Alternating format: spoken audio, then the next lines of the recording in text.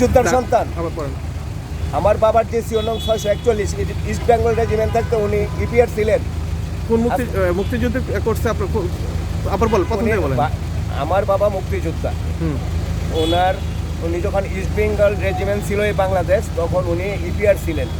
ওনার যে সিওনং 641 ওনার সনদ পেয়েছি আমরা কি পাইছি এই দেশ থেকে? আমার বাবা আওয়ামী লীগ আমলে তো মুক্তিযোদ্ধাদেরকে ডেকে ডেকে চাকরি দিচ্ছে, আপনি চাকরি দিছে। এটা ছিল একটা আমরা চাকরি কিভাবে পাবো? আমরা তো ওই মেধা তৈরি করতে পারি নাই। 20,000 টাকা আমাদেরকে সম্মান নেই ভাতা দেয়, ওই 20,000 টাকা আমাদের 7 ভাগ হয়।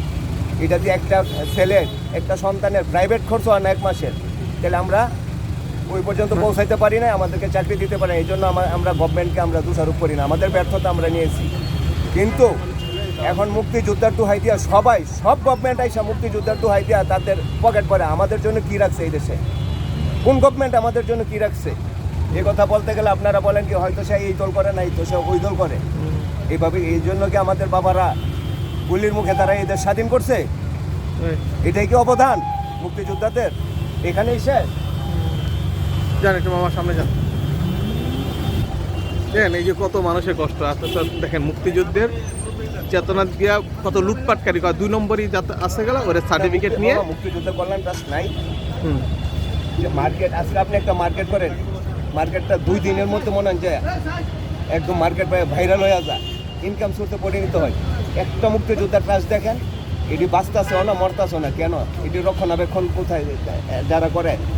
তাদের ইয়েগুলি আইব্যয়গুলি কোথায়? আমাদেরকে মাসে 20 লাখ টাকা আমাদের মুক্তিযোদ্ধা ট্রাস্টের কল্যাণ ট্রাস্টের যে আইব্যয়টি আছে, এটি যদি প্রতি মাসে আমাদেরকে 2 লাখ টাকা দেয়, তারপরে টাকা শেষ হবে না। বুঝছে? কোথায় যায় এই ট্রাস্টের টাকাগুলি? আমাদের পকেটে আসে, মুক্তিযোদ্ধাদের সন্তানের পকেটে আসে, মুক্তিযোদ্ধাদের পকেটে আসে। এগুলি সব আমলা রাখাইতেছে। সামনে এখন কি চিন্তা করতেছেন আপনি? সামনে চিন্তা কি? মোটামুটি তো আমরা দেখছি, 3টারই দেখছি। আমার বয়স 50 থেকে 55, 3টারই দেখছি। এখন নতুন মুখ দেখার একটা ইচ্ছা প্রকাশ করি। এখন সবাই যদি মিলে দেয়। এটা কি আপনি নিজ থেকে চিন্তা আসতেছে নাকি? আমার নিজ থেকে, আমি কারো ভয়ে বলি নাই, এটা আমার নিজ থেকে বলতেছি। আমি কারো ভয়ে বলি নাই। না, আপনি মুক্তিযোদ্ধা সন্তান হিসাবে যদি যারা মুক্তিযুদ্ধের বিরোধিতা করছে তারে আপনি কেমনে ভোট দিবেন? এরা মুক্তিযোদ্ধা বিরোধিতা করে একটা মানুষ ভুল করতে পারে, যাতে সবসময় সংশোধন হতে পারে। যদি তারা মুক্তিযোদ্ধা বিরোধিতা করে থাকে, তারাই আবার সংশোধন হবে। যারা মুক্তিযোদ্ধা তো করছে তারা তো বিরোধিতাও করে নাই, সংশোধন হওয়ার নাই। তারা দেশের জন্য প্রাণ দিছে। আমরা বলি যে তারা, আর যারা মনে করেন যে এখন জামাতে যারা আছে তাদের বয়স কত, তারা মুক্তিযুদ্ধের বিরোধিতা করবেই কত? জামাত ছাড়া কি বাংলাদেশে মুক্তিযুদ্ধের বিরোধিতা নাই? কি সম্মান আমাদেরকে দিতেছে? জামাতে দিল না মানলাম, কোন গভর্নমেন্ট কিভাবে আমাদেরকে দিতেছে বলেন? কোন জনগণ আমাদেরকে দিতেছে? চেতনা বিক্রি করে যে ব্যাংক পাড়া লুট করে দিল, তো ওখানে কি ওখানে কোন চেতনা কাজ করছিল? এটা ব্যাপারে আপনার কি মতামত বলেন? আপনি কি অর্থনৈতিক পর্যন্ত যাইতে পারি না, ঠিক আছে, কারণ আমার তো ওই ধরনের শিক্ষাগত যোগ্যতা নাই। ঠিক আছে। বাড়ি কই আপনার? বাড়ি কই? আমার দেশের বাড়ি ব্রাহ্মণবাড়িয়া।